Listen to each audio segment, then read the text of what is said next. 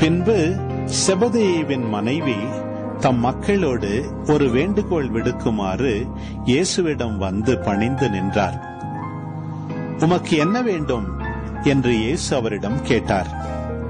அவர், நீர் ஆட்சி புரியும் போது என் மக்களாகிய இவர்கள் இருவருள் ஒருவன் உமது அரியணையின் வலப்புறமும் இன்னொருவன் இடப்புறமும் அமரச் செய்யும் என்று வேண்டினார்.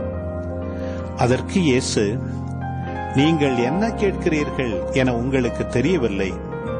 நான் குடிக்கப் போகும் துன்ப கிண்ணத்தில் உங்களால் குடிக்க இயலுமா என்று கேட்டார். அவர்கள், எங்களால் இயலும் என்றார்கள். அவர் அவர்களை நோக்கி, ஆம், என் கிண்ணத்தில் நீங்கள் குடிப்பீர்கள்.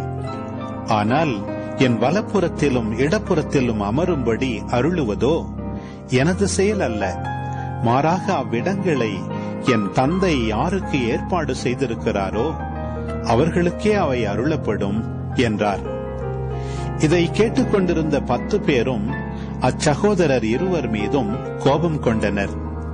இயேசு அவர்களை வரவழைத்து, பிற இனத்தவரின் தலைவர்கள் மக்களை அடக்கி ஆளுகிறார்கள். உயர்குடி மக்கள் அவர்கள் மீது தங்கள் அதிகாரத்தை காட்டுகிறார்கள். இதை நீங்கள் அறிவீர்கள். உங்களிடையே அப்படி இருக்கக்கூடாது. உங்களுள் பெரியவராக இருக்க விரும்புகிறவர் உங்கள் தொண்டராயிருக்கட்டும். உங்களுள் முதன்மையானவராக இருக்க விரும்புகிறவர் உங்களுக்கு பணியாளராக இருக்கட்டும்.